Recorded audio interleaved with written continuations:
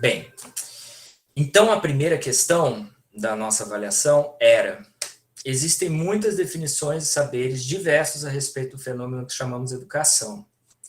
Assinale a alternativa cuja frase apresenta uma definição sociológica de educação. Então, a ideia aqui, olha, não é uma definição correta, não é uma definição de educação, uma definição sociológica, que tenha características sociológicas, né? Então, a educação é sempre compreendida como transformadora, pois visa a equalização social e a superação da marginalidade.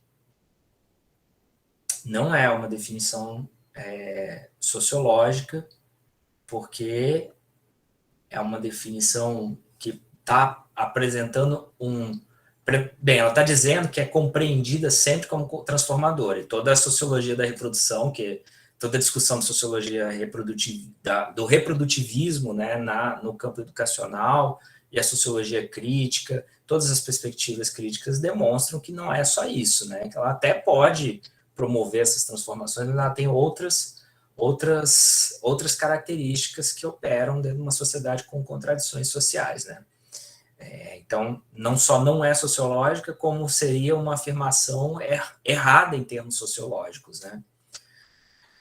A educação tem por objetivo suscitar e desenvolver na criança estados físicos e morais que são requeridos pela sociedade política em seu conjunto. Essa é uma definição sociológica de educação. Então, essa aqui seria a resposta correta. Essa é uma definição durkheimiana de educação, né? É uma definição já ali do princípio da sociologia, né? Então, é aquela ideia de que a educação ela está vinculada ao projeto político-moral de uma determinada sociedade, de um determinado grupo, num momento histórico, num determinado arranjo sociocultural. Essa é uma definição sociológica. Ela pode ter, ela é criticada, né, porque ela tem brechas, né, e a gente viu várias possíveis, mas ela é uma definição que toma a relação entre sociedade e indivíduo como central no sentido de definir educação. Por isso ela é sociológica, porque ela toma a dimensão social como algo determinante na função da educação. Bem, mas eu espero que vocês tenham lido os outros distratores também, porque é importante refletir sobre eles, né? A educação é a arma mais poderosa que você pode usar para mudar o mundo. Essa é uma frase bonita, mas não é sociológica, ela é motivacional, ela é uma definição engajada, né? Uma definição panfletária. Pronto, essa é uma definição panfletária. As famílias confundem escolarização com educação. É preciso lembrar que a escolarização é apenas uma parte da educação. Esse trecho aqui, a escolarização é apenas uma parte da educação, esse trecho aqui caberia, não caberia? Numa definição sociológica da educação. Mas esse primeiro trecho, né, esse último trecho, educar é tarefa da família, aí a gente já mudou para uma outra chave. Isso aqui é um saber moral, é um saber do cotidiano. Vocês sabem quem é o dono dessa frase? Eu não tirei da cabeça, eu não inventei essa frase. Vocês devem conhecer essa figura. É o Mário Sérgio Cortella, um filósofo pop. Essa é uma frase que foi ele que trouxe aqui. Eu não poderia colocar na hora, porque se eu colocasse ali já ia estar dando muito, né? Se eu colocasse Durkheim, né? Enfim. A primeira meta da educação é criar homens que sejam capazes de fazer coisas novas. Homens que sejam criadores, inventores, descobridores. Essa aqui também, por mais interessante que seja, e por mais que eu possa concordar, e eu acredito que essa é uma frase que eu concordaria, só trocaria ali homens por humanos, de modo geral, né? Homens e mulheres, mas essa é uma definição do sentido, do devir da educação, a partir de uma perspectiva epistemológica. e ontológica, de mundo, né, um projeto de mundo e um projeto de ser humano. Então, é uma proposta pedagógica do que seria a educação. Vejam que aqui a gente não falou em coisas erradas e coisas certas, nós estamos só dimensionando. Acho que esse era o sentido da questão. Fácil, né, gente? Bem fácil essa, né? Às vezes não dá nem passa para pensar tudo isso, né? Eu acho que dava para dimensionar ali rápido, né? Não sei. Alguém achou mais complicado, se perdeu nela, quiser comentar, pode falar.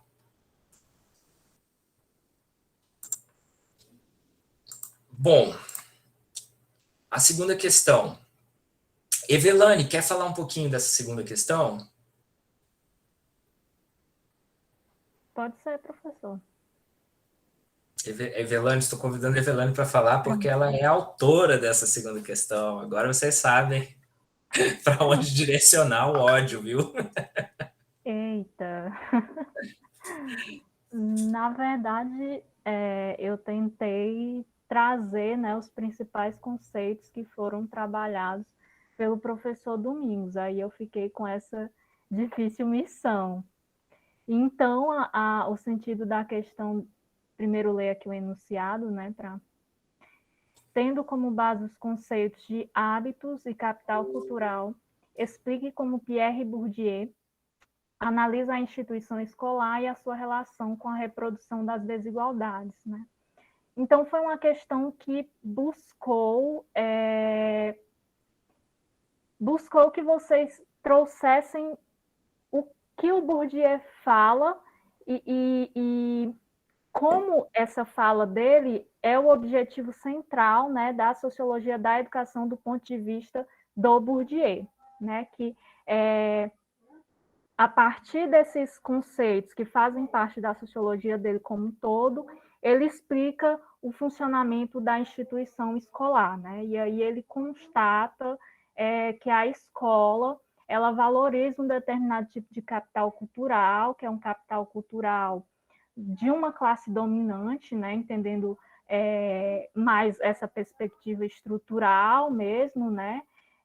E por valorizar um capital específico, que nem todo estudante que chega à escola tem acesso, que é socializado e que desenvolve hábitos, né, a partir desse capital cultural e a partir de toda uma socialização familiar, né, que entra em contato com esse capital cultural, a escola passa a excluir esses estudantes que não têm acesso a esse capital cultural. Então, as formas de avaliar os estudantes, né, que se baseiam em determinados conteúdos, que vêm desse capital cultural, acabam reproduzindo essas desigualdades sociais, né?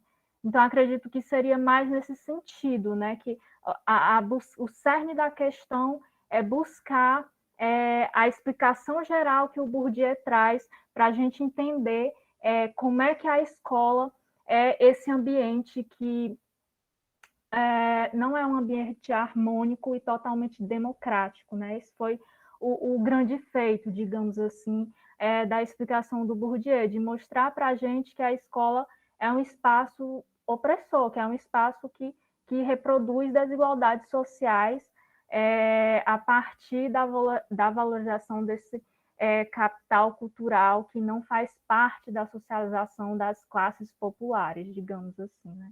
Então, era mais nesse sentido o objetivo dessa questão. Não sei se vocês gostaram. Pode falar, professor. Eu achei muito bom, assim, né? Porque aqui você trabalha com dois conceitos essenciais e pede para que eles articulem isso com a forma como Bourdieu estabelece a sua análise sobre a instituição escolar. Então, mobiliza bastante coisa, né? Mas as aulas foram justamente sobre isso, né? E os textos, eles dão bastante recurso para isso. Vocês acharam, o que vocês acharam dessa pergunta, assim, para responder, gente?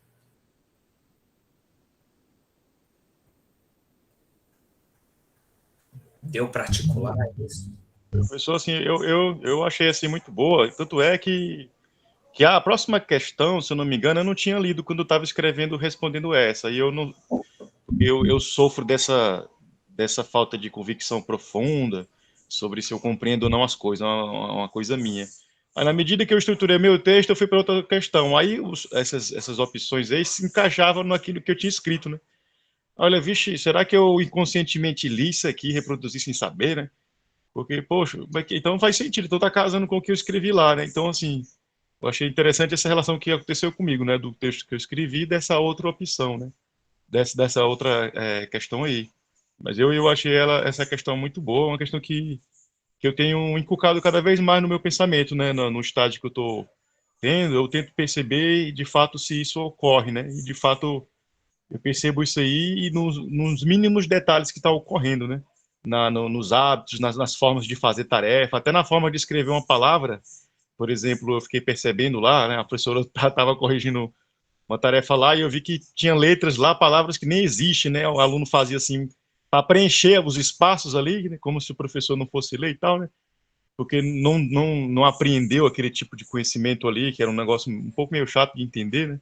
Mas é uma forma até, é um mecanismo de defesa do aluno também, né? Contra o professor, de se livrar dele, né? Como se fosse um conflito em sala de aula também, umas técnicas, né?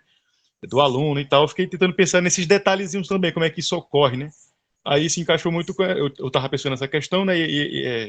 Esse assunto, essa questão me ajudou a tentar entender um pouco melhor, né? E essa outra questão aí, com essas opções aí, né? Falando daquilo que eu escrevi, né? Então se casou, se encaixou, né? Aí me confortou um pouco mais para mim acreditar que eu entendi o que o Brudier falou, né? Mas por mim foi show. Nossa, com certeza, Daniel. E esse teu exemplo percebido na prática, né, o constrangimento em escrever ou não, tem absolutamente tudo a ver, né, com o capital cultural, com o capital cultural herdado, né? E muito, muito legal. Então, essas duas questões estão articuladas, né, Ivelane? Elas estão articuladas. Agora, a maldade é a primeira. Primeiro você disserta, depois você vê aqui as possíveis relações já construídas e tecidas, né? Se fosse o contrário, foi muito bom, Daniel, você percebeu como você se apropriou, né? Você incorporou a teoria burgesiana com a permissão do trocadilho, né? Passou a compor o teu hábitos para pensar as disposições para pensar, né? Disposições estruturantes. Verdadeiro ou falso, essa aqui é a primeira, né? As atitudes e a compreensão dos discentes em torno do papel da educação frente aos seus projetos de futuro relacionam-se às suas origens sociais. Até aqui, né? Evelane, você me corrige aí, né? Essa também é da Evelane. Desse modo, os desejos, sonhos, expectativas em relação às oportunidades oferecidas pelo sistema escolar são idealizados mediante a consciência de suas condições objetivas. E aí, é verdadeiro ou falso? Eu tenho que dizer? Diga pra gente. Essa é verdadeira. É verdadeira. É verdadeira. Perfeito, gente. Se a escola ignora as desigualdades culturais dos estudantes das diferentes classes sociais, ela favorece os mais favorecidos e desfavorece os mais desfavorecidos. Isso aqui é a essência, né, da discussão burgesiana, né? Então, essa aqui é verdadeira.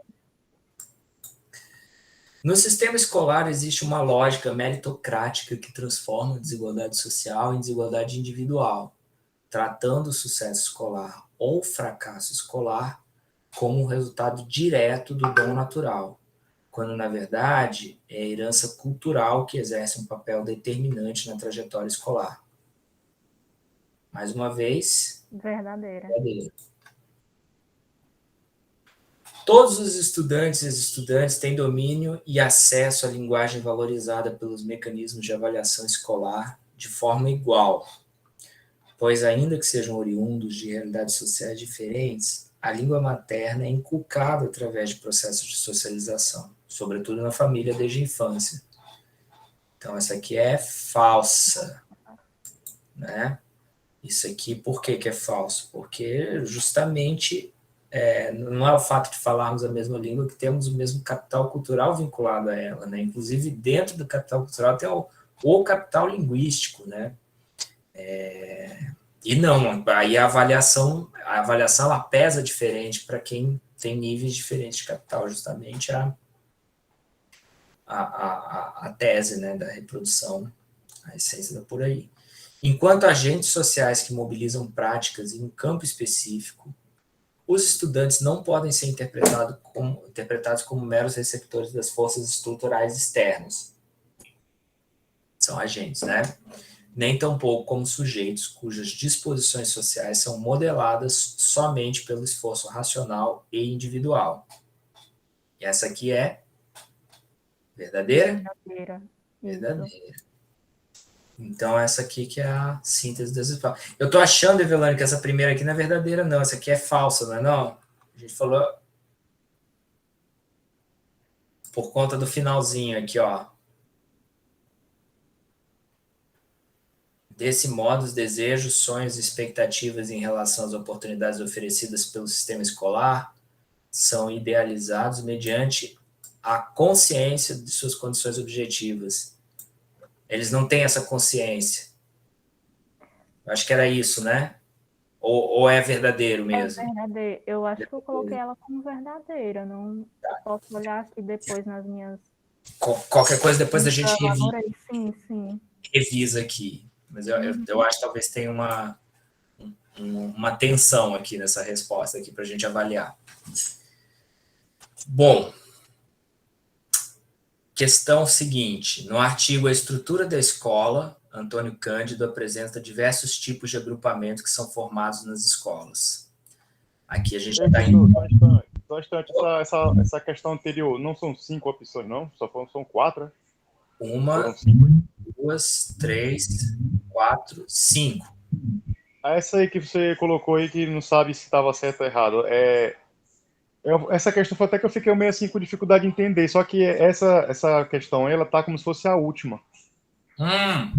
Vocês colocaram tudo na ordem. Baralha para vocês. Cada um que abre o Forms tem uma sequência diferente. Era essa questão que eu tinha falado lá, que eu ia deixar ela em branco, porque eu não consegui entender muito bem isso aí, se eu li na aula. Aí eu fiquei naquela, não, vou deixar em branco. Aí sem querer eu marquei, eu não me lembro agora. Nós vamos debater ela. Vamos chamar um colegiado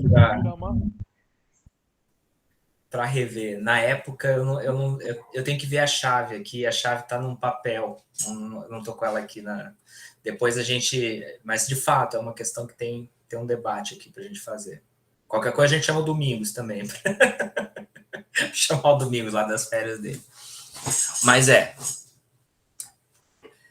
Antônio Cândido apresenta diversos tipos de agrupamentos que são formados nas escolas. Agrupamentos por idade, sexo, associativos, status e de ensino. Também nos indica que esses agrupamentos mantêm-se sustentados em função de certos mecanismos próprios das práticas sociais. Então, são os agrupamentos e os mecanismos que aglutinam esses agrupamentos. Liderança, norma, sanção e símbolos. Escolha um desses mecanismos. Então, liderança, norma, sanção ou símbolos. E explique como ele opera para sustentar um determinado agrupamento. O agrupamento que vocês escolherem para explicar, né? Pensem em exemplos de situações escolares que expressem esse fenômeno. Essa eu compreendo que essa é uma questão um pouco mais trabalhosa, né? Porque, primeiro, preciso buscar ali no Antônio Cândido, de novo, o sentido, né, da definição desses mecanismos que aglutinam, né, que sustentam os agrupamentos sociais dentro das escolas. E ele dá os exemplos de alguns, mas vocês podem trabalhar com outros. E depois é preciso pensar um pouco na realidade escolar, nas histórias, né, nas vivências escolares que vocês têm ou tiveram, né? Então, e organizar essa resposta. Então, aqui tem 2 dimensões. A primeira é a definição do conceito, que a gente procura aqui, o conceito que vocês escolherem, um desses, né? Um desses mecanismos, né? Explicar como é que ele opera e depois tentar exemplificar a partir da observação de algum tipo de agrupamento, né? Mostrar como, por exemplo, o grupo falar da liderança de um estudante carismático, né? Tem aquele grupo dos estudantes, aí tem no grupinho tem uma ou uma que é muito popular, e os outros vão lá e seguem aquela estudante que é popular, porque ela tem muito capital social, enfim, pronto. Aqui até consegue articular com outra teoria burdiziana, seria alguma coisa nesse sentido. Ou então, pelos símbolos, aqueles que torcem, por exemplo, os meninos que torcem pro Fortaleza andam juntos na escola.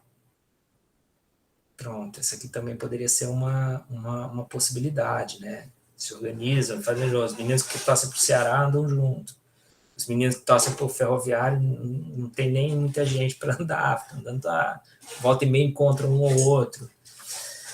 Enfim, esse era o caminho. Estou ansioso para ver as respostas de vocês aqui, porque eu acho que vai aparecer coisa bem interessante.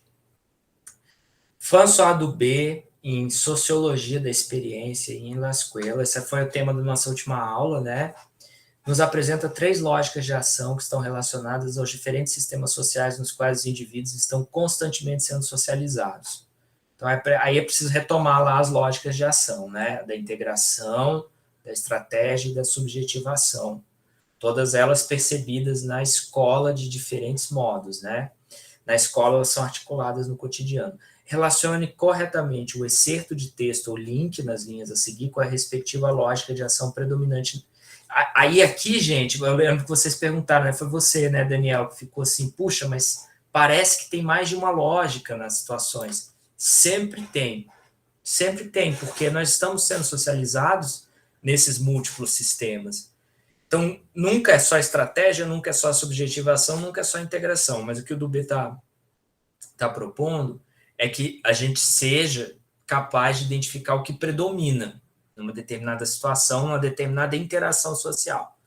Aí o primeiro trecho de filme é trecho de um filme maravilhoso, quem não assistiu, assista, que é bom pra caramba, O Substituto, que é um daqueles filmes de professor herói, tem só esse problema, que eu não gosto dessa linhagem de filmes, mas esse em especial eu gosto muito do filme, porque é um filme que eu também gosto de Sociedade dos Poetas Mortos, que também é uma outra pegada nesse sentido, mas eles assim, se não forem lidos na sua radicalidade, com a crítica para além de tudo, eles podem ser filmes que só reforçam uma perspectiva romantizada e que é ideológica da condição docente. A gente tem que perceber o docente como enfim, essa não é a nossa discussão agora, mas esse tipo de reflexão é o tipo de reflexão que está associada à fala do professor, no trechinho do filme que nós trouxemos. A fala não só do professor, mas a reação dos estudantes. Ali, a participação dos estudantes naquele debate, naquela inquietação sobre os conceitos e aquela produção conjunta de reflexão, ali a gente não via, eu estou fazendo aqui a operação pela negação, né? A gente não via ali nenhuma intenção de resolver ou responder ou se engajar na atividade para fazer parte de um determinado grupo, nem para mostrar poder ou para conquistar alguma coisa de imediato, que seria, respectivamente, a lógica da integração e a estratégica. Então, aquele trecho é um trecho sobre a subjetivação. Ok? Segundo exemplo, o aluno se engaja nas atividades escolares por perceber a utilidade escolar ou não de concluir o trabalho com sucesso para receber recompensas sociais ou financeiras no futuro. Que tipo de lógica? Estratégica, com certeza. Porque ele se engaja já observando a finalidade ali. Olha, eu vou fazer essa avaliação aqui porque ela vale nota. O resto é... Ou eu não vou fazer essa avaliação aqui porque eu vou deixar para fazer outra, porque eu não quero me expor e não sei o quê. Aí já poderia... Ou eu não vou fazer essa avaliação aqui por protesto, porque eu vou me juntar com os outros que estão boicotando, porque olha a situação. não, vamos boicotar. Hoje em dia isso não está mais acontecendo porque está vinculado, mas alguns de vocês provavelmente fizeram o ENAD, né, esse ano. Mas quando o ENAD foi lançado, lá para 2010, 2012, havia todo um movimento para boicotar o ENAD porque ele estaria vinculado às políticas de influência externa nos programas educacionais, de avaliações externas vinculadas ao Banco Mundial, enfim, era uma política pública que tinha esse alinhamento. Não sei se a Evelane chegou a pegar isso, acho que não, né, Evelane, que você está no... Mas tinha uma grande força do movimento estudantil assim, caminhando para que os estudantes boicotassem de fato o ENAD, porque o ENAD era um instrumento da avaliação do capitalismo em relação ao desempenho das universidades, e que aquilo não avaliava, enfim, tem uma série de problemas mesmo o ENAD. Mas aí eu estou dando esse exemplo porque a atitude de boicotar a prova poderia ser, num certo sentido, dependendo de uma determinada turma, uma atitude que o estudante faria, que é anti-estratégica em relação à universidade, porque ele estaria se prejudicando ali em termos de nota, de currículo ou de participação numa disciplina, num determinado curso. Seria uma ação não estratégica, mas poderia ser uma ação de integração com um grupo maior, com o grupo dos estudantes. Veja como as coisas podem ser sutil, é sutil aqui a diferença, né?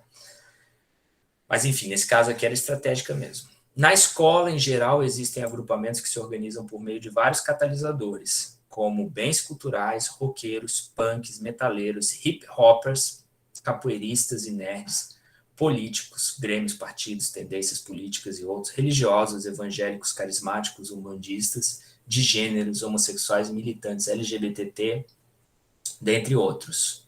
Isso aqui é um trecho do artigo do Irapuã, que a Evelane trouxe para a gente aqui na disciplina. Muito bom, leiam, por favor. E aqui ele está falando do quê? Se a gente pensa no do B. Da lógica da integração. Essa aqui, da integração. Exatamente. O princípio dominante das relações sociais é estabelecido em um sistema de concorrência regulada. Nele, o sucesso e o fracasso é medido pela atribuição de notas, méritos, reconhecimentos e diplomas que instituem capital cultural. Isso aqui está se referindo a que tipo de lógica predominante? Estratégia. Novamente, estratégia. O sistema burguesiano para pensar a escola predomina a lógica estratégica. Por quê? Por conta da teoria dos campos, por conta da lógica do jogo que é presente na teoria dos campos. Dos campos que nós temos os competidores. E aí todo campo, a partir dos... É claro que com todas as diferenças de quais são as regras em cada campo, mas todo campo tem algum tipo de jogo que está pondo em questão, que está pondo em movimento alguma espécie de competição. E essa competição, ela acaba, nesse sentido, aí acaba dando maior predominância para esse tipo de lógica de ação. Não é a única, obviamente, mas é uma lógica que opera como dominante. O primeiro é a subjetivação, sim, do filme.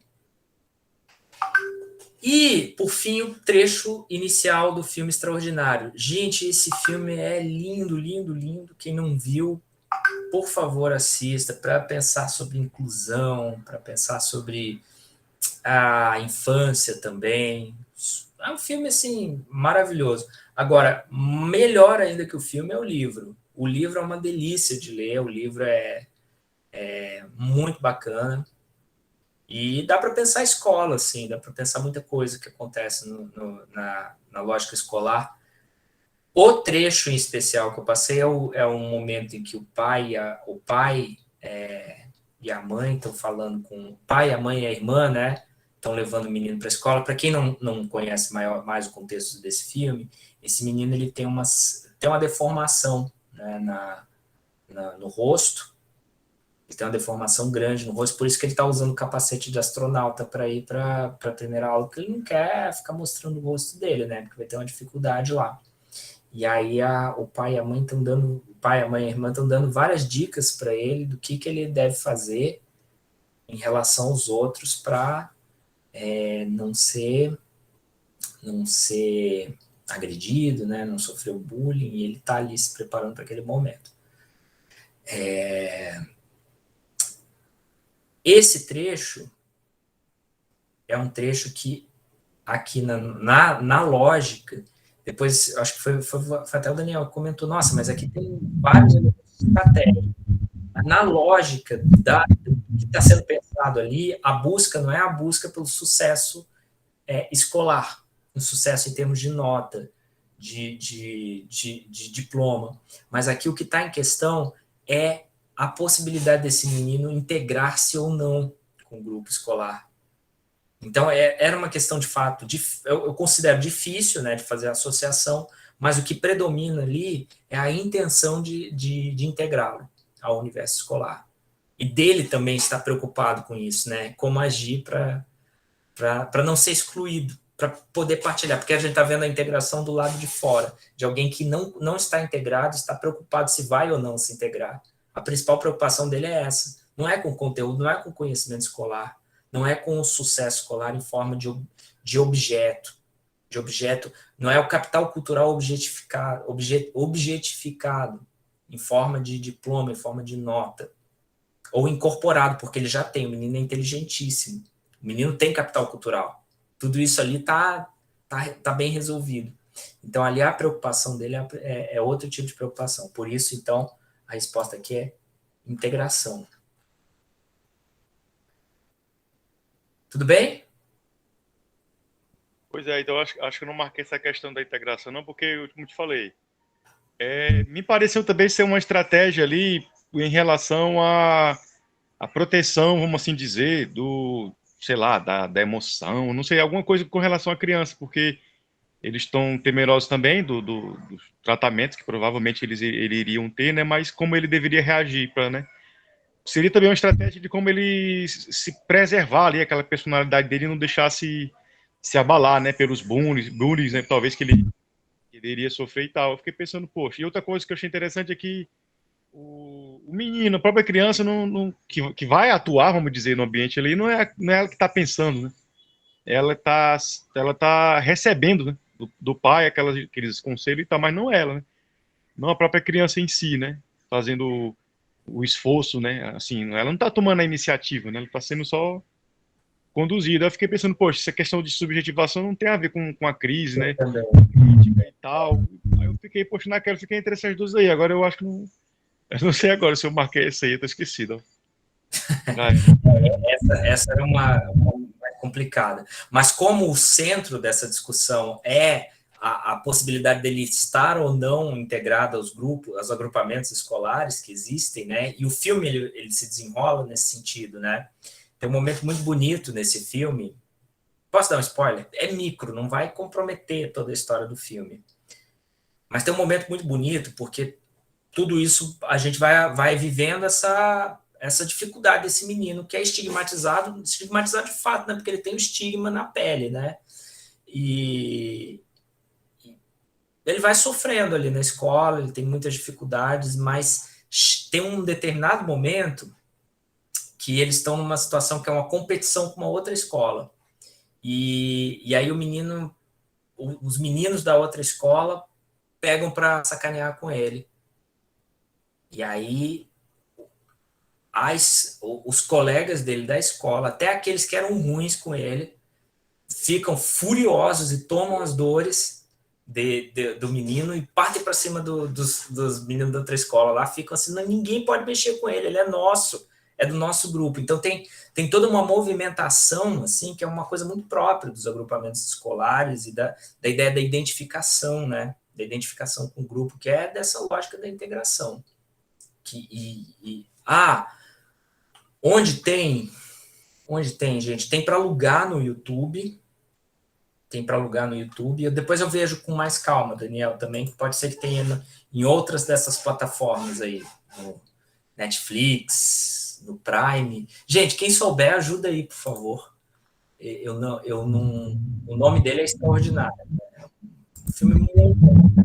Esse meio, porque eu gosto muito de ler os textos do Goffman, né? E isso que você falou do estigma, né? Também lembrei dos conceitos Tem dele, tudo a né? ver. O estigma relacionado à conduta moral, né? Aí o estigma físico, né? Ele está sofrendo estigma físico, né? Aí eu queria até tentar, assistindo o filme, tentar ver como é que ele lida, né? Segundo a perspectiva lá do Goffman, né? Sobre a manipulação da identidade, né? Como é que ele Sim. vai se comportar, né? Com relação à identidade dele, com relação ao estigma, né? Se ele vai ocultar ou não. Tipo assim, fazer relação com o que eu li, né? Do livro, né? Aí eu vou até... A Você até... gestão da identidade, né? E Nossa, aí, isso... muito Ah, bem. quero saber se faz sentido essa teoria do Goffman, né? E se o filme pode, se o personagem ele vai reproduzir isso que eu li no livro do estigma, né, dele. Assim, até é bom para poder fazer essa análise aí, né? Talvez até escrever alguma coisa, né? Vou procurar para ver se eu assisto. Assista, você vai gostar, vai se divertir. Porque o filme também é divertido. Ele é, além de ser forte, assim, legal, ele é bem divertido. E por fim, né, vocês precisavam escolher uma dessas relações que vocês estabeleceram aqui e somente explicar por quê. Por quê e desenvolver, né? Desenvolver a resposta a partir de cada uma dessas, ou uma dessas, né? Não cada uma. Escolher a que vocês se sentiram mais à vontade, com maior vontade de escrever, e desenvolver aqui um pequeno texto explicando por quê. Por que, que o trecho, por exemplo, está... Isso que eu acabei de falar aqui em relação ao extraordinário seria uma síntesezinha de 5 parágrafos curtos para explicar por que dessa relação. Muito bem. Da avaliação, então, gente, vou assim, corrigir. Quero corrigir antes de sair nesses próximos dias, para devolver para vocês, né? Então, vou tentar fazer isso o mais breve possível, para vocês não ficarem também esperando.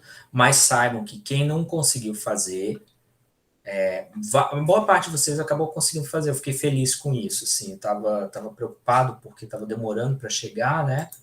Mas, como tudo atualmente nesse nosso mundo acadêmico, a gente acaba fazendo mais as coisas em cima da hora, né? O último lance acaba rolando. A gente acaba fazendo ali, né? No frigir dos ovos. Então, vários de vocês acabaram entregando no finalzinho, mas quem não conseguiu não precisa ficar muito preocupado, porque, como eu estava dizendo no começo da aula, nós temos 3 instrumentos de avaliação, cada um deles valendo 50 pontos. Então, vocês já podem ter alcançado média para concluir a disciplina, mas ainda tem oportunidade de fazer, né? De fazer mais pontos e até ultrapassar os 100 pontos possíveis. Beleza?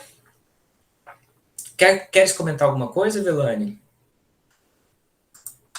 Sobre a avaliação? Sobre o processo? Então, sobre o processo, acredito que, nossa, eu agradeço demais ao professor, né, por essa oportunidade, porque, de fato, ele sempre teve a preocupação de me manter atualizada, né, e mais do que me manter atualizada, me envolver com o processo de construção dessa avaliação. Então, acredito que isso não, né? Já foi e está sendo muito importante para a minha formação enquanto docente. E, enfim, eu só tenho a agradecer mesmo e dizer que é um processo de aprendizagem, né? Por exemplo, a gente viu que aquela questão lá que eu elaborei, a primeira, ela teve uma certa ambiguidade, né? Então, é necessário a gente rever o porquê de onde surgiu esse duplo sentido. E aí já é uma maneira de eu aprender sobre esse processo de elaborar uma questão. E aí, refletindo um pouco sobre ela, enquanto o senhor estava falando,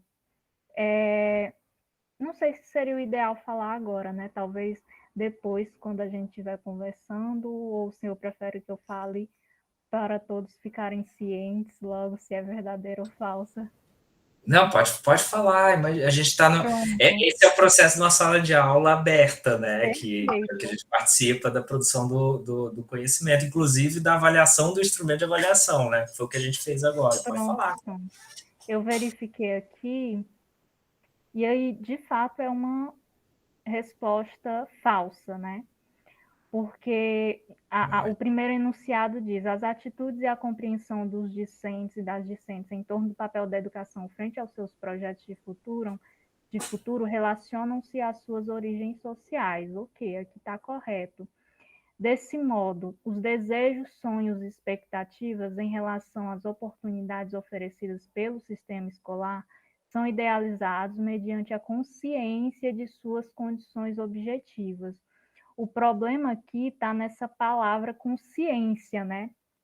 Porque, de fato, eles não têm essa consciência, mas eles interiorizam, né? Como o próprio hábitos, através do próprio hábitos é que eles têm essa noção, né, de como elaborar o seu projeto de futuro, se vai ou não para uma determinada universidade, se trabalha, se vai para um curso técnico, a partir dessas suas condições objetivas, mas isso não significa que ele tenha consciência desse processo de escolha em si, né? Ele está interiorizado como um hábitos, né? Como uma forma de agir, uma forma de pensar e etc., mas de fato ele não tem consciência sobre esse processo. O erro está aí nessa palavra. Perfeito, perfeito. Esclarecido demais. Não, acho que é isso mesmo. Eu estava suspeitando ali que era nesse sentido, mas eu acho que a primeira versão que você tinha me enviado já estava com essa interpretação, então foi só agora que a gente fez essa pequena. Mas olha, o que também quero dizer é o seguinte, viu? A tua participação na avaliação foi fundamental também. Eu acho muito importante. Sabe por quê? Eu acho que todo professor poderia ter sempre essa possibilidade de ter alguém para trabalhar, alguém para ter como interlocutor, que não só a turma, né? Porque aí você fez os testes, você levantou os problemas. Então, se a avaliação ficou bem feitinha, saiba que a tua autoria lá também foi muito importante. É legal você também participando da disciplina nesse sentido, né? Você está aprendendo e ensinando aqui, né? Isso é muito legal. Isso é uma parte bem bacana. Então, eu que te agradeço por você ter topado participar desse processo. Não acabou, não. Você vai me ajudar a corrigir. Maravilha. Gente boa. Professor, Depois não, Elisângela. desculpa. Professor, eu queria só, já que foi revista essa questão aí, eu queria só tirar uma dúvida na questão, nessa mesma questão aí, no item que fala assim, no sistema escolar existe uma lógica meritocrática.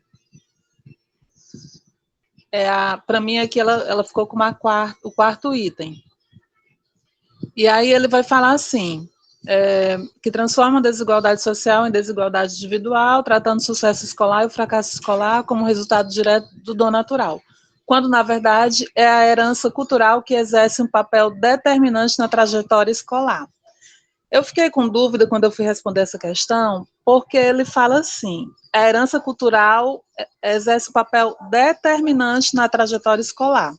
Uhum. Eu pensei assim, ela influencia demais na trajetória escolar, mas ela pode determinar, quer dizer, pode não ser determinante, porque alguém pode ultrapassar essa herança e sair daquele lugar comum que seria esperado dela.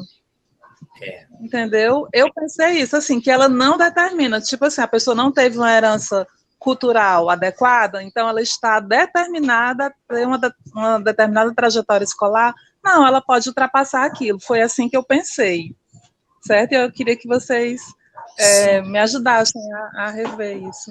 E você pensou corretamente, Elisângela, de fato é isso que acontece, e tem um trecho da teoria burgesiana lá no livro da reprodução, que ele até para um bom tempo para estudar esses casos, que são os casos daqueles que não têm uma herança cultural privilegiada, né, que não tem aquele capital cultural herdado, privilegiado, e atravessam o sistema escolar com sucesso até o fim. São os hiperselecionados do processo.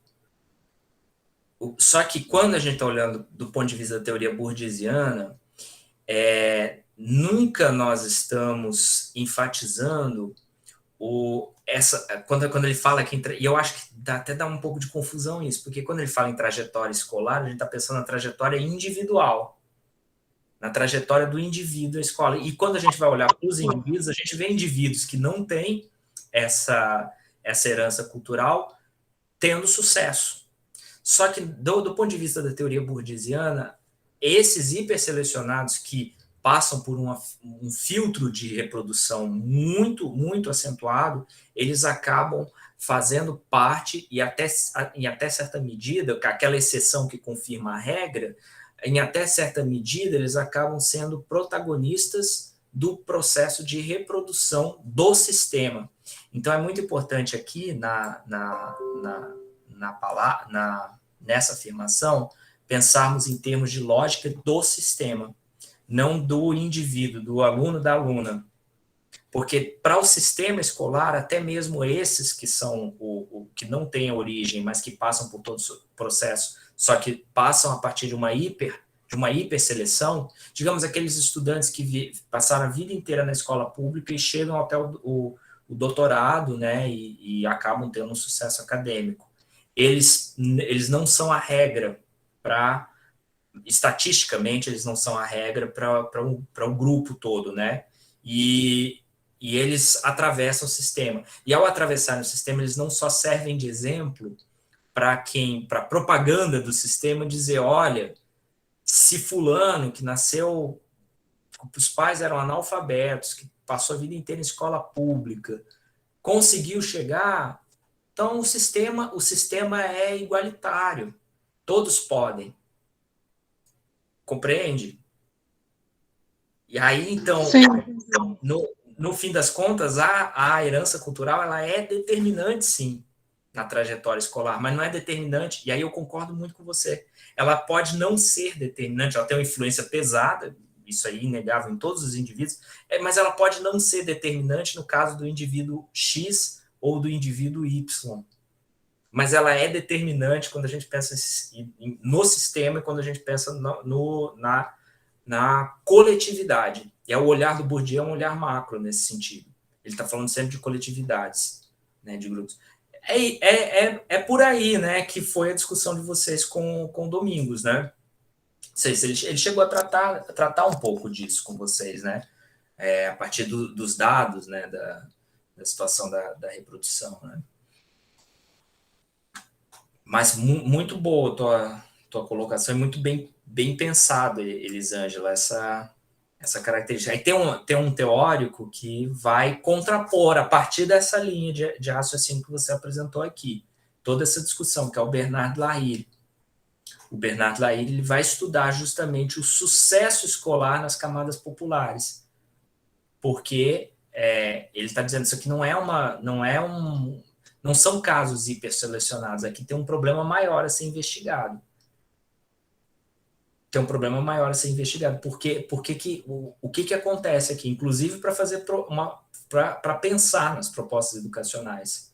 E o que ele está propondo assim, é que isso está para além só da discussão de uma reprodução de capital cultural, que isso tem outros elementos que estão envolvidos ali, que não passam pelo capital cultural dominante, a discussão dominante do capital cultural. Enfim, essa é uma outra discussão que até caberia aqui se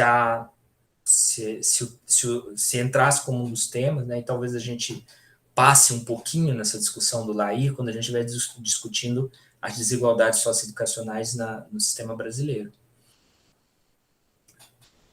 Ficou mais claro, Elisângela? Ficou, professor. É porque eu pensei justamente nessa questão na trajetória escolar individual, né? E E realmente o pensamento dele, ele tem esse pensamento macro, né? Mas eu aqui no momento de marcar, foi o que pegou e eu decidi marcar pensando na trajetória individual, mas não era isso. Mas tudo bem, ficou claro.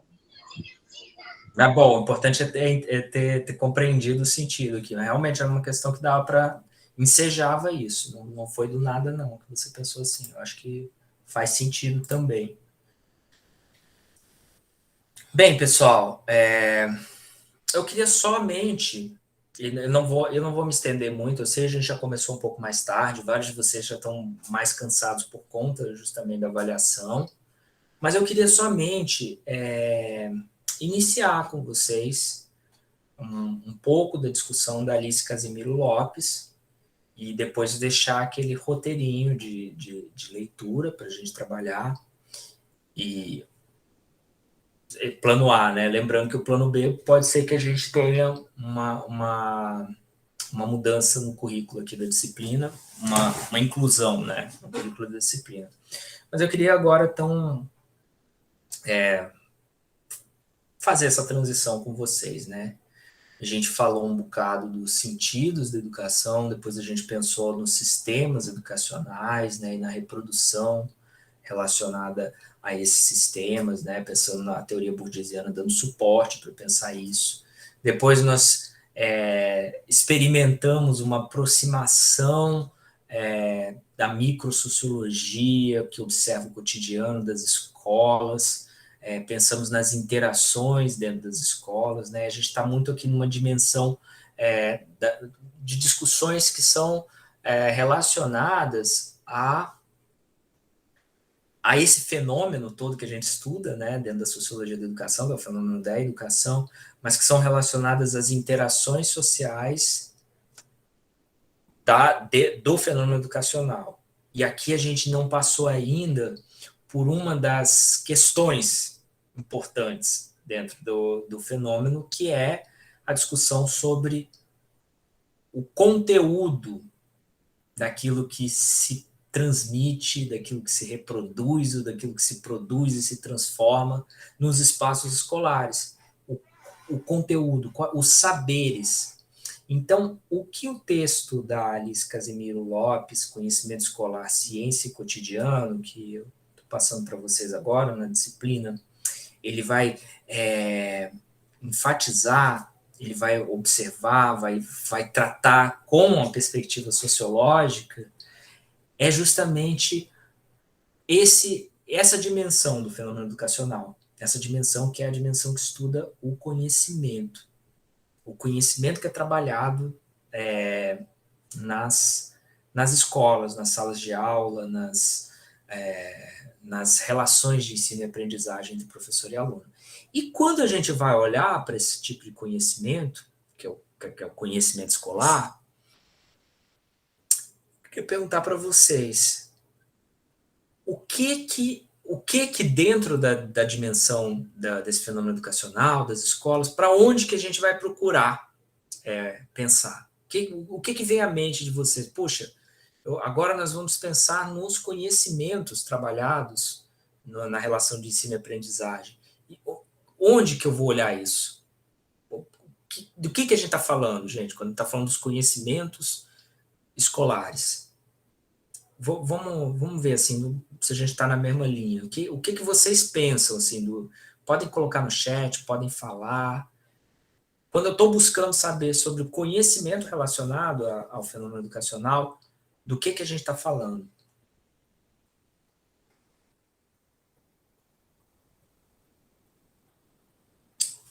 Nessa hora, numa sala de aula física, é aquela hora que a gente... Que aí não fica o silêncio, fica um falando em cima do outro. Aí fica aquele burburinho. Esses 3 pontinhos são ótimos. É o cri, cri, cri da...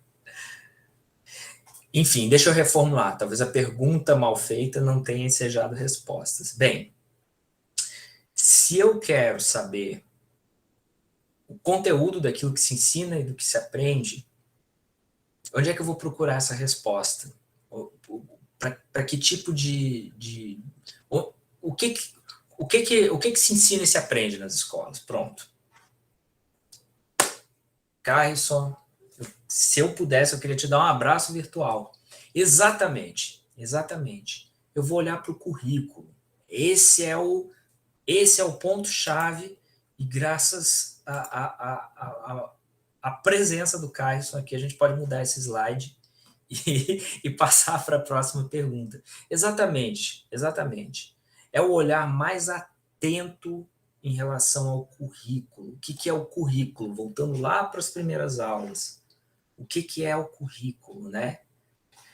De modo lato, gente, o currículo tem toda uma sociologia do currículo para desenvolver, tem todo, o Willems ofereceu, inclusive, como disciplina optativa aqui da nossa área, há uns 2 semestres atrás, não sei se alguém de vocês pôde participar, mas há uns 2 ou 3 semestres atrás, o Willems ofereceu a disciplina Currículo e Sociedade, que é basicamente uma disciplina inteira para debater o currículo do ponto de vista sociológico. Então, existem muitas definições de currículo, existe toda uma discussão sobre isso. Basicamente, ela é inaugurada nos anos 50 para 60, mas assim, aprofundada nos anos 70, e aí se desdobra para depois disso. Era uma discussão mais recente dentro da sociologia, né? Claro que no campo das ciências da educação isso já vem sendo debatido há mais tempo. Mas, de modo lato, tentando assim reunir essas diversas definições, a gente pode pensar que o currículo é a seleção e a organização daquilo que se ensina. E aí a gente já sabe, por conta das discussões que nós estamos fazendo anteriores aqui na nossa disciplina, que a organização e a seleção daquilo que se ensina, ela não é aleatória, ela não é desprovida de intenções, de disputas políticas, de disputas por espaço na cultura, né? Então, é muito importante, quando a gente pensa no currículo, entender que quando a gente está tentando definir o currículo, e aí a Alice Casimiro Lopes é ótima nesse sentido, porque ela vai nos dar ferramentas para conseguir perceber isso. Quando vocês se depararem com uma definição de currículo, nós já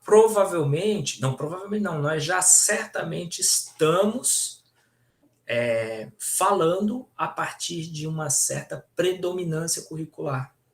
Porque o currículo não é só o currículo da escola. O currículo da escola é o fenômeno que a gente vai observar.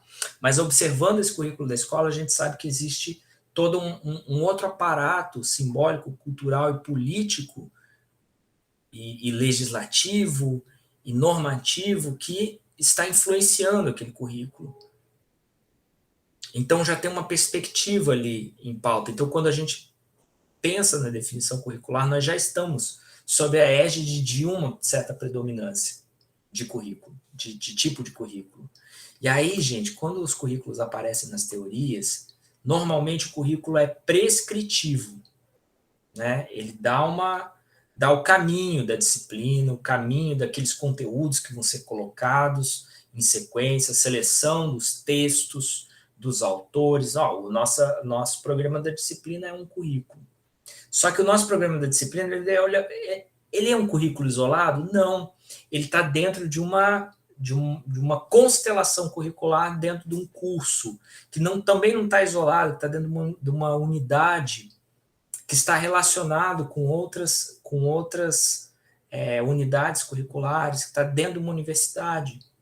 Então, se a gente pensa assim, e que essa definição de um currículo fechadinho, que ele está ali prescrevendo um caminho e ele se encerra em si, ela é uma definição somente limitada, somente parcial do currículo, né? E é importante lembrar que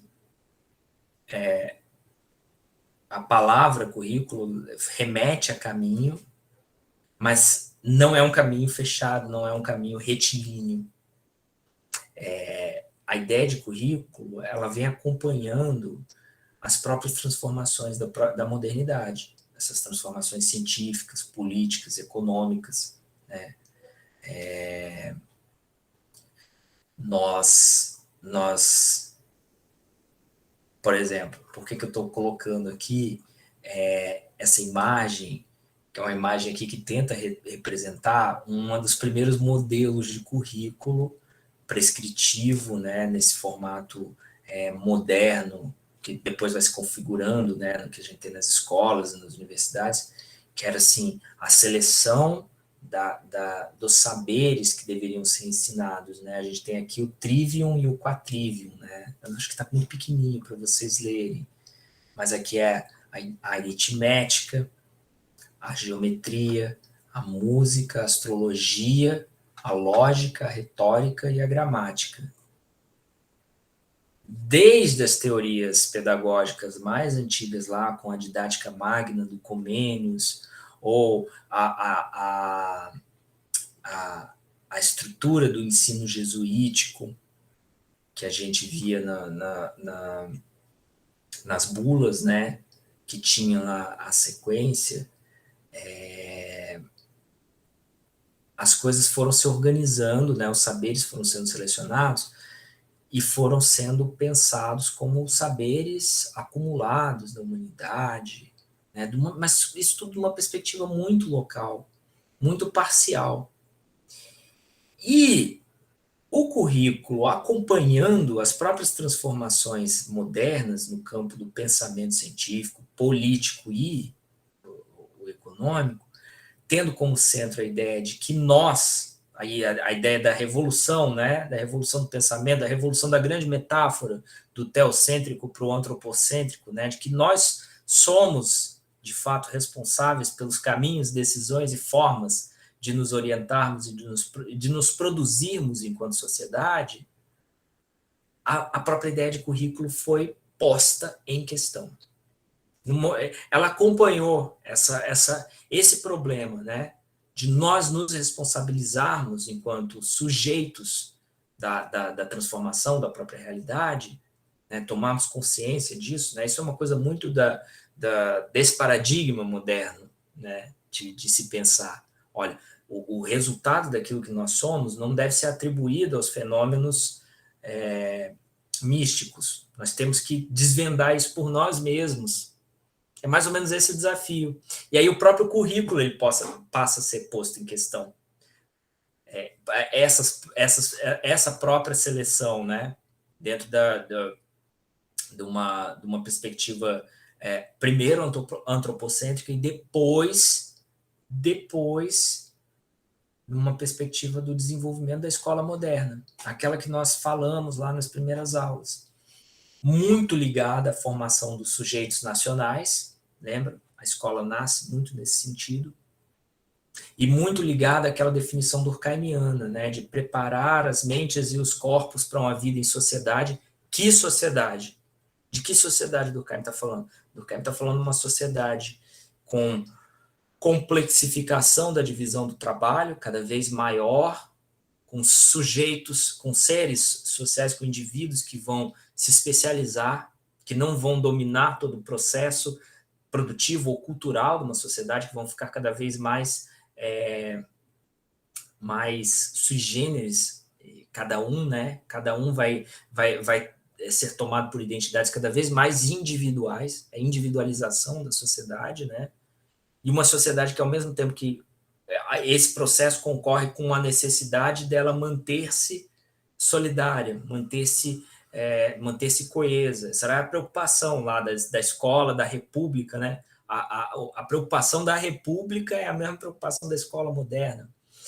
E ao ter essas preocupações e ao saber que essas preocupações são preocupações que nós próprios, sujeitos sociais, precisamos resolver, nós precisamos pensar quais são os conhecimentos, quais são os saberes que precisam ser ensinados nas instituições formais de educação, que são as escolas. E aí o currículo é posto em questão. Quem não tem um currículo dado, isso não é óbvio. Falei tudo isso para chegar nesse ponto. Esse é o ponto. O ponto é admitir que o currículo não é óbvio, não é nada óbvio. Ele é objeto de estudo, ele é objeto de atenção, mas ele é, sobretudo, objeto de disputa. E aí, gente, nesse sentido,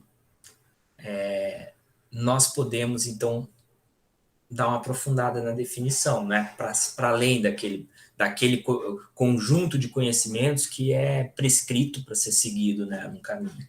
Nós podemos pensar que o currículo ele é definido como experiências de aprendizagem planejadas e guiadas, e os resultados de aprendizagem não desejados formulados através da reconstrução sistemática do conhecimento e da experiência sob os auspícios da escola para o crescimento contínuo e deliberado da competência pessoal e social do aluno. Por que a gente consegue aprofundar nesse nível a definição de currículo?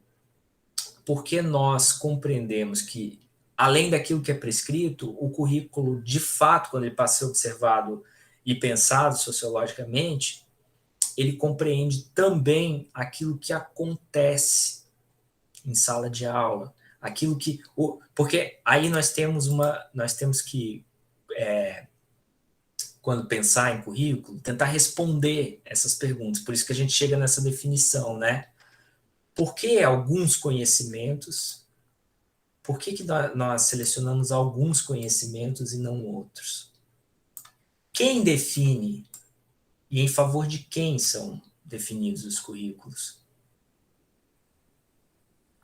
Quais culturas são legitimadas e quais são deslegitimadas pelas escolhas dos saberes nos currículos?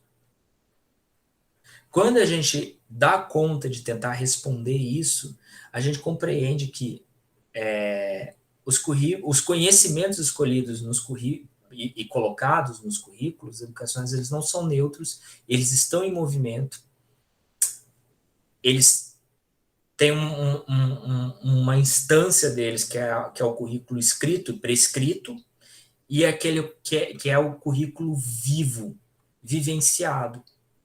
A análise mais aprofundada do currículo precisa dar conta de, pelo menos, entender que o currículo ele é experimentado nessas 3 dimensões. Então, uma primeira, que é o currículo, é aquilo que é selecionado para ser trabalhado em sala de aula, que é aquilo que é selecionado num programa de uma disciplina, aquelas disciplinas que são... Tem vários níveis, né? Aquelas disciplinas que são escolhidas para serem ensinadas, a BNCC, por exemplo, a sociologia era uma disciplina, agora ela é um componente dentro de uma área, tudo isso aqui está no nível do formal. Tudo isso aqui está no nível do formal. É observar esse currículo, né? Aquilo que é escolhido. Porque o conteúdo do livro didático é currículo, faz parte do currículo.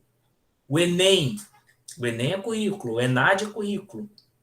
Por quê? Não é só a avaliação, porque está induzindo a prática em sala de aula. E tudo isso aqui materializado em texto formal, que está lá indicando, encaminhando. Só que, para além desse nível formal, é preciso observar o nível do currículo oculto, aquilo que não aparece,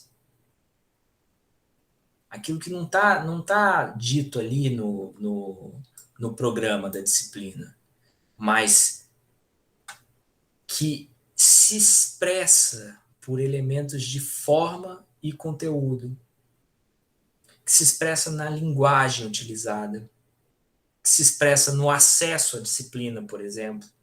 Aqui a gente está vendo muito isso, assim, né? Disciplinas que são muito difíceis dos estudantes frequentarem, e disciplinas que são mais tranquilas. Não está no currículo formal isso, está no currículo oculto. E sabe o que mais está também no currículo oculto? Toda a discussão burgesiana sobre a reprodução do capital cultural, do capital linguístico em sala de aula, das posturas, e outras coisas, algumas que, por exemplo, o Daniel deu um exemplo ainda há pouco, do estudante que escreve como é que foi, Daniel? Que ele escreve um trechinho de texto com palavras que nem existem somente para completar. Aquilo não está prescrito, mas o estudante percebeu que tinha alguma regra ali naquele jogo, naquela situação escolar que o impelia a fazer aquilo. Então, existe toda uma dimensão curricular que está implícita nas relações escolares, nas relações cotidianas que precisam ser observadas. E, por fim, esse nível do currículo vivido. Nem o formal, nem o oculto, nem aquilo que a gente tá pensando no dia a dia. O que é o currículo vivido? É o currículo experienciado na escola, experimentado por professor e por alunos, quando vão pôr na prática isso aqui, né? O formal. O formal, ele é formal, até o momento que ele é vivido. Quer dizer, a gente faz, nossa, para quem trabalha nas escolas, para quem trabalha em colegiados, sabe, o tempo inteiro a gente está discutindo currículo, está discutindo a organização das disciplinas, está discutindo os caminhos, né? Mas quando chega a hora de realizar, aquilo que foi discutido no campo formal nem sempre vai à prática da forma como se espera. Por quê? Porque é relação social. É isso que a sociologia chama o tempo inteiro a atenção, né? Aquilo é experimentado, o currículo ocorre de fato na prática entre professores e alunos. E aí eu chamo a atenção de vocês, estou tentando fazer isso em todas as aulas, porque é o espectro aqui da nossa disciplina, chama a atenção de vocês para a importância, por exemplo, que o Paulo Freire dá à experiência dialógica na relação de ensino e aprendizagem. Como são sujeitos que fazem isso. E aí, quando ele está falando disso, não é só porque ele está falando porque é bonito falar isso.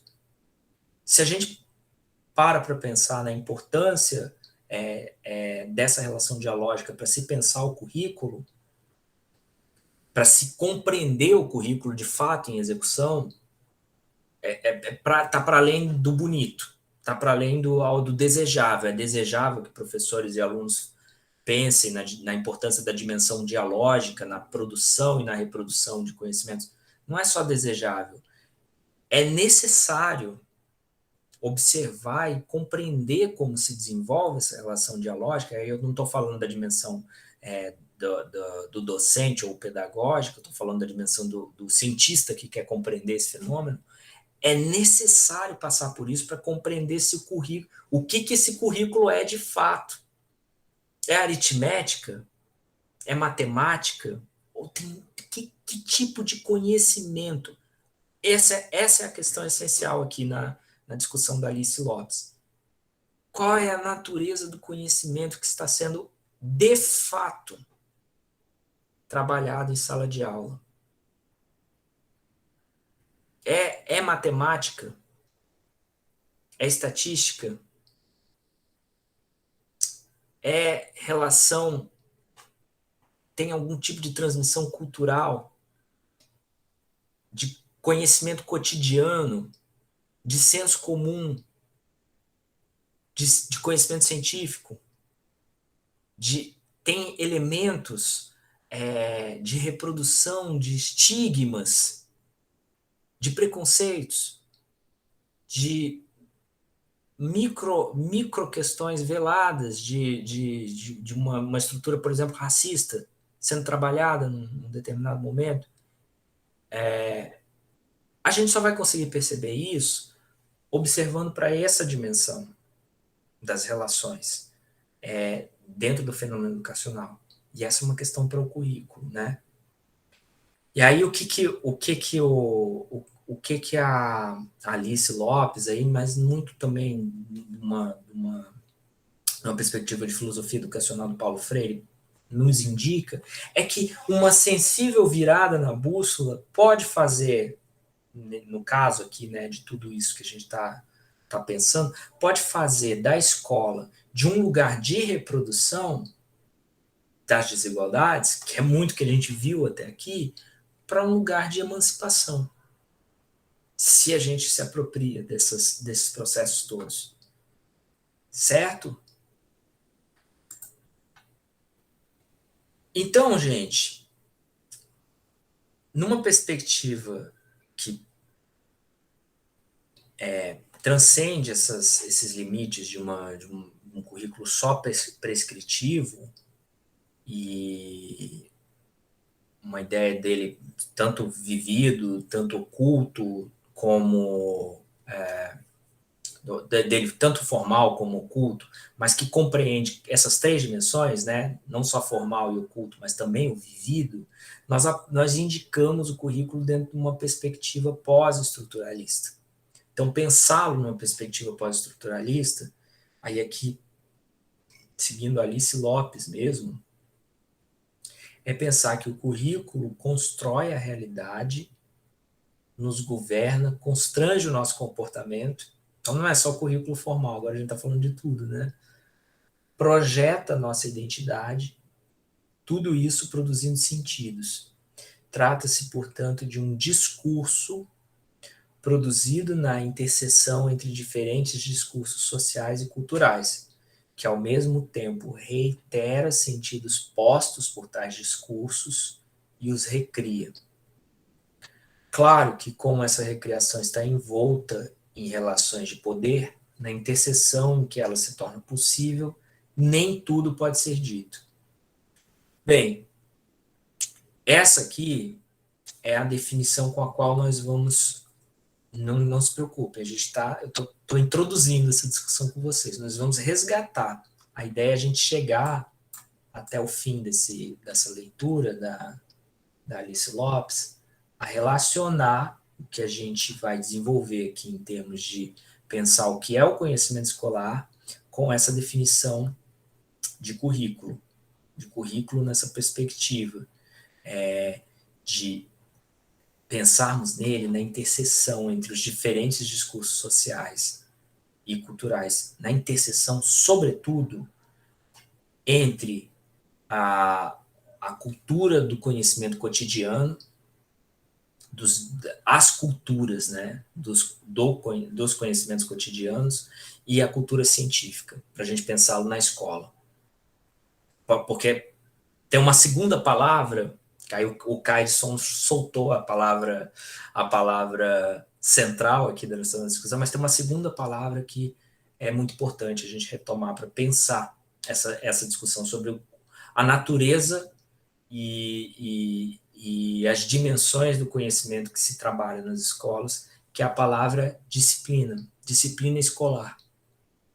Então, quando nós pensamos nesse eixo, a gente pensa na articulação entre o conhecimento cotidiano. O que é uma disciplina escolar? A disciplina escolar tem conhecimento cotidiano, tem saberes cotidianos articulados com conhecimentos científicos, mas ela não é nem conhecimento científico, nem conhecimento cotidiano, ela tem características e especificidades próprias. E nesse processo aqui, a gente pensa como que o currículo, de fato, se constrói e é vivenciado. Então, em síntese, gente, currículo é uma prática discursiva, é uma prática de poder, de significação e atribuição de sentidos. Ao fim desse processo, eu gostaria que vocês... o fim desse processo é o fim dessa unidade, né, que a gente está iniciando agora. Eu gostaria que vocês conseguissem pensar em como um plano de aula ou uma aula em sala de aula está relacionado a processos curriculares que passam por plano de ensino, que passa por essa discussão de disciplina, currículo e ciência de referência, mas em tensão com o conhecimento cotidiano, com a ideia de senso comum, que são duas coisas diferentes, que eu gostaria que a gente trabalhasse aqui na Alice Lopes, a diferença também entre conhecimento cotidiano, entre senso comum, disciplina, entre conhecimento cotidiano, senso comum e ciência. Então, nós temos três tipos de saber dentro da nossa cultura que disputam espaços hegemônicos nos discursos e vão ter um lugar especial para ser pensados dentro daquilo que a gente vai chamar de conhecimento escolar. Então, quando a gente pensa, tudo isso está relacionado à nossa ciência de referência, tudo isso chega modulado num plano de aula, e tudo isso também tensiona a ideia de projetos educacionais dentro de projetos de sociedade. Veja a importância, e nesse nível aqui, né, em todos esses níveis, nós estamos falando de política. Então, falar de currículo, falar de conhecimento, falar de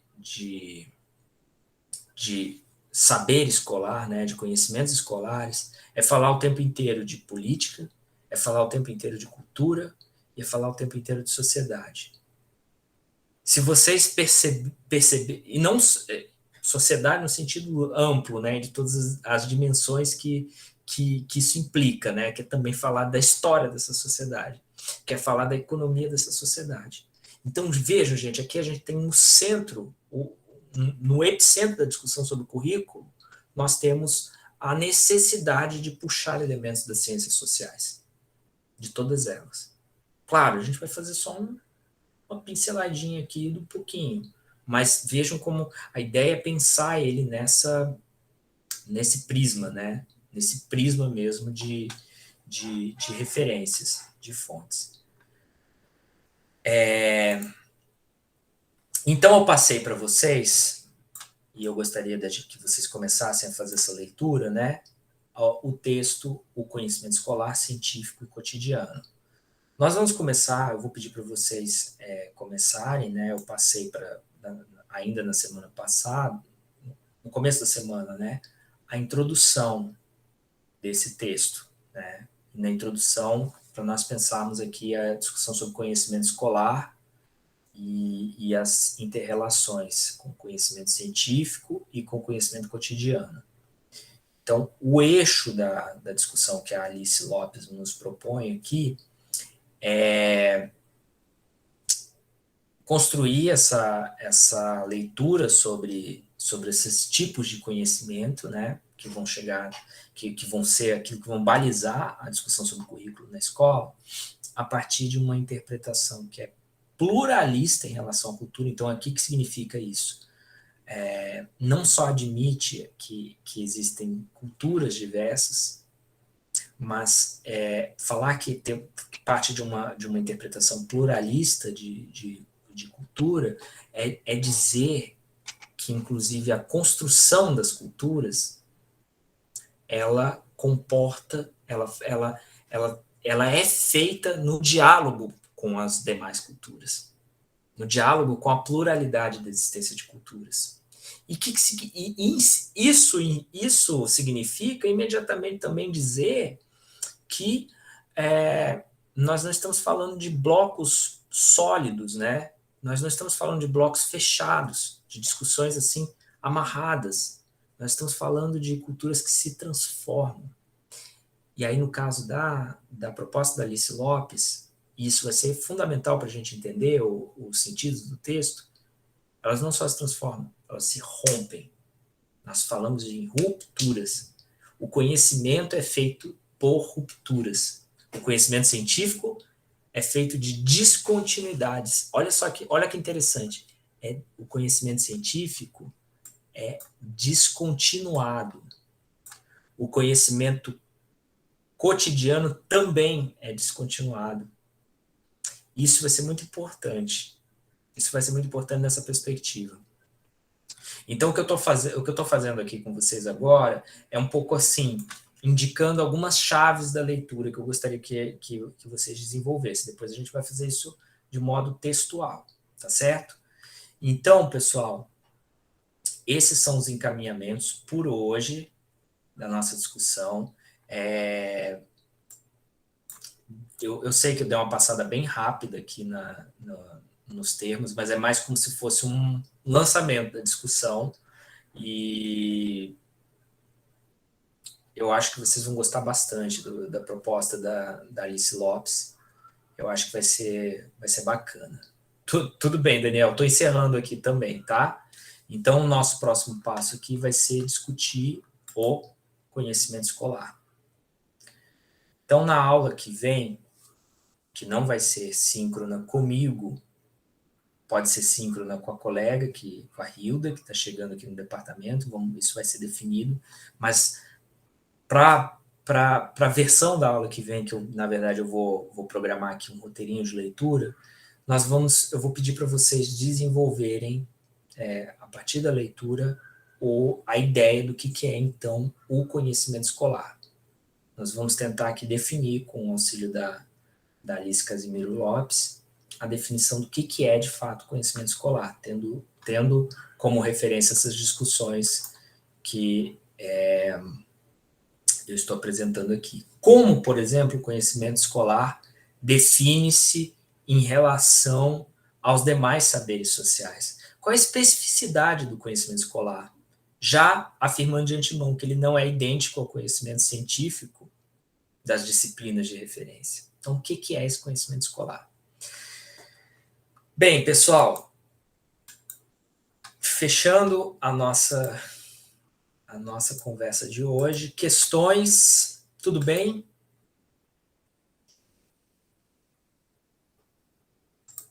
Tranquilo, professor. Tranquilo. Eu não quis puxar muito agora, porque eu sei que essa conversa ela vai longe. Mas então fica aí a recomendação, deixei o texto para vocês, leiam a introdução, depois eu vou passar um pouco mais do que a introdução e eu vou colocar algumas questões norteadoras para essa leitura, tá? Essas questões depois vocês vão poder retomar lá no trabalho final da disciplina, né, que a gente vai lançar, e vocês podem, a todo momento, preparar o áudio comentado, né, e enviar. Vocês podem fazer os áudios comentados do texto da Alice Lopes. Acho que é uma boa oportunidade também. Tá bom, gente boa? Então vamos fechar aqui. Vou encerrar a gravação. Boa noite, professor. Foi ótimo. E boa noite a todos.